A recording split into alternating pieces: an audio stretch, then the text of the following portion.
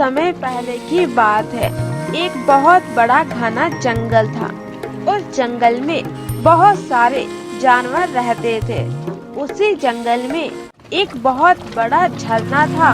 वो झरना कोई साधारण झरना नहीं था, बल्कि एक जादुई झरना था।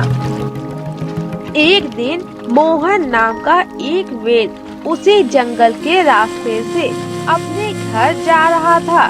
मोहन वैद्य जब अपने घर जा रहा था तो उसे रास्ते में कुछ आवाजें सुनाई देती है। मोहन चुप होकर आवाजें सुनने लगता है। तभी मोहन सुनता है कि ये आवाजें सामने वाले पेड़ के पीछे से आ रही है। मोहन को आवाजें सुनने में अजीब लगता है, इसलिए मोहन कहता है, मुझे ऐसी आवाज सुनाई दे रही है जैसे कि यहाँ कहीं कोई झरना है जो मुझे दिख नहीं रहा है, और ऐसा प्रतीत हो रहा है कि उस झरने के पास कुछ लोग हैं। मैं एक काम करता हूँ, चुपके से सामने जाकर देखता हूँ कहीं कोई शिकार करने तो नहीं आया है, क्योंकि इतने बड़े जंगल में अगर कोई आ जाता है तो वो तो गुम ही हो जाएगा। लेकिन यहाँ पर मुझे शोर सुनाई दे रहा है, इसका मतलब इस जंगल में मेरे अलावा 2-3 लोग और हैं जो झरने के पास है। जाकर देखता हूँ वो कौन लोग हैं। इतना बोलकर मोहन उस पेड़ के पास जाता है और चुपके से देखता है। मोहन जो देखता है वो देखकर मोहन की आंखें फटी की फटी रह जाती है। मोहन देखता है कि उस पेड़ के पीछे एक बहुत बड़ा झरना है और उस झरने में 3 परियां नहा रही हैं। ये देखकर मोहन की आंखें फटी की फटी रह जाती है। वो तीनों परियां बहुत मजे से उस झरने में नहा रही होती हैं और फिर कुछ देर नहाने के बाद वो परियां वहाँ से चली जाती है। इस झरने को देखकर तो मुझे भी मन कर रहा है कि मैं एक डुबकी लगा लूं, और वैसे भी इतनी दूर चलने के बाद मैं बहुत थक गया हूँ और मुझे कहीं कहीं चोट भी लग गई है। एक काम करता हूँ, इस झरने में मैं नहा लेता हूँ और फिर कुछ देर आराम करने के बाद घर वापस जाऊँगा। इतना बोलकर मोहन उस झरने में चला जाता है। झरने में जाकर मोहन बहुत खुश होता है और खुशी से एक डुबकी लगा लेता है। तभी मोहन देखता है कि एक डुबकी लगाने से मोहन के शरीर में जितने भी चोट थे वो सब ठीक हो गए। ये देखकर मोहन हैरान हो जाता है।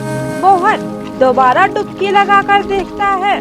मोहन जब दोबारा डुबकी लगाता है तो वो देखता है कि उसके जोड़ों में जितनी भी दर्द थी वो ठीक हो गई। ये देखकर मोहन और भी ज्यादा हैरान हो जाता है। अब मोहन को कहीं न कहीं ये लगने लगता है कि ये कोई साधारण झरना नहीं है, लेकिन फिर भी मोहन अपनी संतुष्टि के लिए दोबारा से डुबकी लगाता है। मोहन जब तीसरी बार डुबकी लगाता है तो वो एक 25 साल का जवान लड़का बन जाता है। अपने आप को पानी में देखकर मोहन हैरान हो जाता है और कहता है, जब मैंने इस झरने को पहली बार देखा तभी मुझे समझ में आ गया था कि ये कोई साधारण झरना नहीं है, बल्कि एक जादुई झरना है।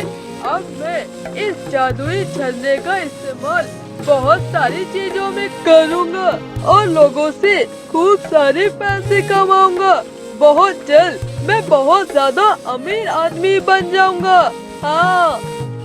और फिर इस तरह मोहन के मन में लालच आ जाता है। मोहन सीधा उस झरने से बाहर निकलकर अपने घर के लिए निकल जाता है और फिर जब मोहन अपने घर पहुंच जाता है तो मोहन की पत्नी मोहन को पहचानने से इनकार कर देती है।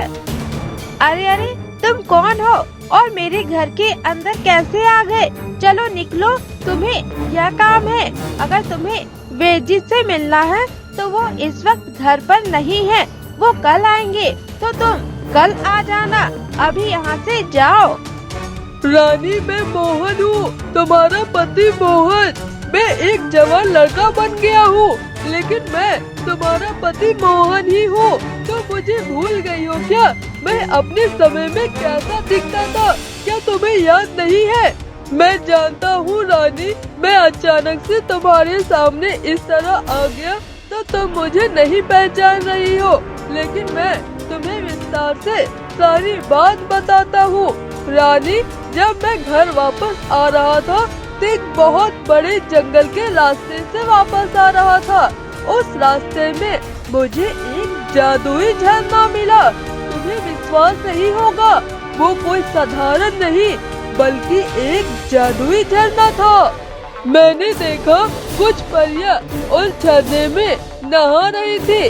उनके जाने के बाद मैंने सोचा मैं भी नहा लेता हूँ, और जैसे ही मैंने उस झरने में डुबकी लगाई, मेरे शरीर के सारे निशान ठीक हो गए।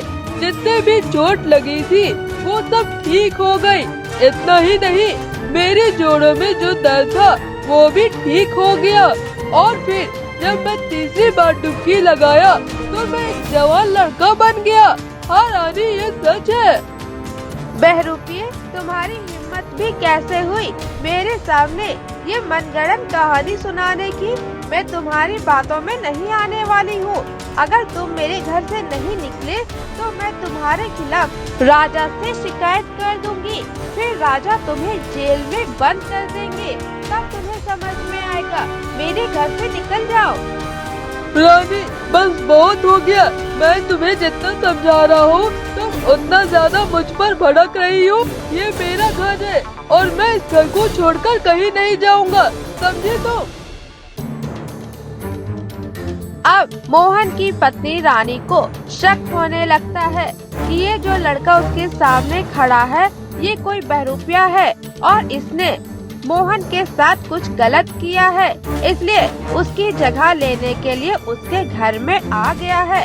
रानी को डर लगने लगता है और वो इस लड़के की शिकायत लेकर राजा के पास पहुंच जाती है और राजा को सारी सच्चाई बता देती है।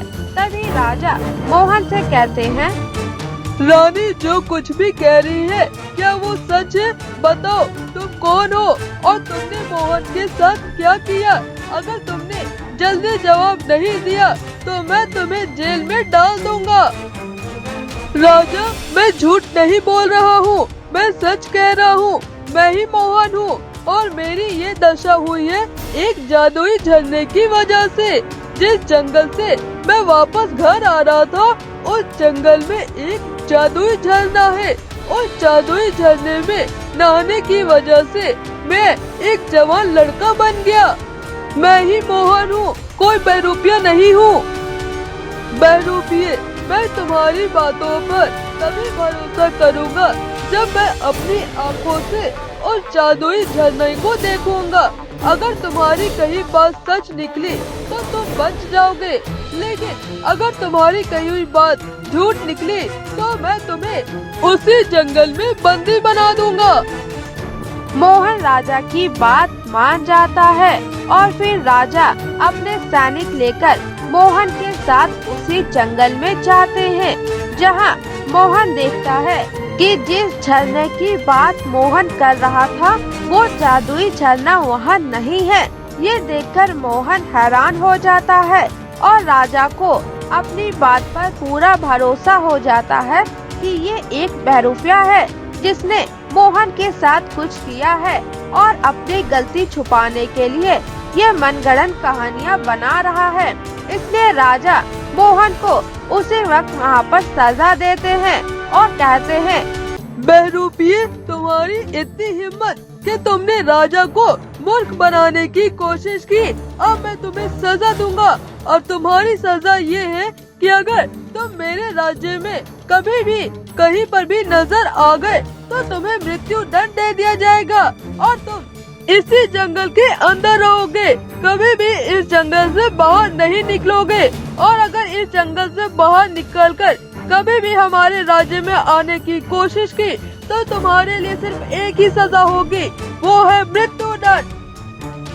इतना बोलकर राजा वहाँ से चले जाते हैं। अब मोहन के पास कोई दूसरा रास्ता नहीं होता है जिससे कि वो अपने आप को बचा पाए। अब मोहन को समझ में आने लगता है कि जिस झरने को मोहन ने देखा था वो एक जादुई झरना था और उस झरने के बारे में मोहन को किसी को कुछ भी नहीं कहना था और न ही उस झरने को लेकर अपने मन में किसी भी तरह का लालच रखना था। मोहन को अपनी गलती का एहसास हो जाता है और वो रोते हुए उस झरने से माफी मांगने लगता है। तभी वो झरना दोबारा से मोहन को दिखाई देता है और उस झरने से आवाज आती है, रो मत मोहन, ये कोई साधारण झरना नहीं है बल्कि एक जादुई झरना है जिसे सिर्फ परियां इस्तेमाल कर सकती है। और इस जादुई झरने का इस्तेमाल तुमने कर इस झरने का नियम तोड़ा था, इसलिए तुम्हें ये सजा मिली है। लेकिन अब तुम्हें अपनी गलतियों का एहसास हो गया है, इसलिए मैं तुम्हें माफ करती हूँ। तुम इस झरने में आकर दोबारा डुबकी लगा लो, तुम पहले की तरह बन जाओगे और अपने घर में खुशी खुशी रहने लगोगे। झरने की बात सुनने के बाद मोहन ऐसा ही करता है। मोहन उस झरने में जाकर एक डुबकी लगा लेता है। ऐसा करते ही मोहन अपने पहले वाले रूप में आ जाता है।